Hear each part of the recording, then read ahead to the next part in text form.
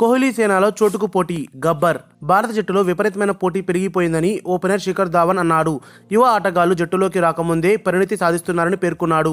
Under-19 సారథి పృథ్వీ షా గత ఏడాది టెస్టుల్లో అరంగేట్రం చేశాడు. అతడి సహచరుడు శుభమన్ గిల్ న్యూజిలాండ్ సిరీస్లో అరంగేట్రానికి సిద్ధమయ్యాడు.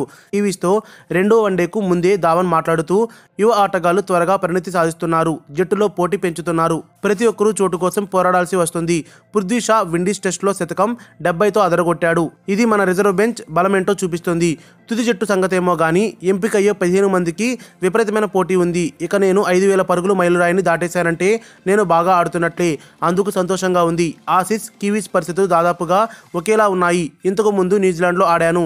అనుభవం ఉండడంతో ఇక్కడ ఎలా ఆడాలో తెలుసు. నా బ్యాటింగ్ టెక్నిక్స్ అన్ని వికెట్లపై ఆడేందుకు బాగుంటుంది.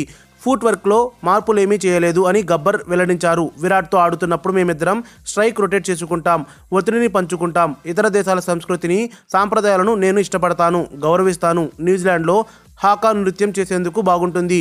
స్థానికులు మా వద్దకు వచ్చి హాకా నృత్యం చేసినందుకు అందరం సంతోషించాం. వారి ఆశీర్వాదాలు తీసుకున్నాం. రెండో వన్డేలో విజయం సాధిస్తామని శిఖర్ ధవన్ అన్నారు. మరిన్ని అప్డేట్స్ కోసం మన ఛానల్ని సబ్స్క్రైబ్ చేయండి.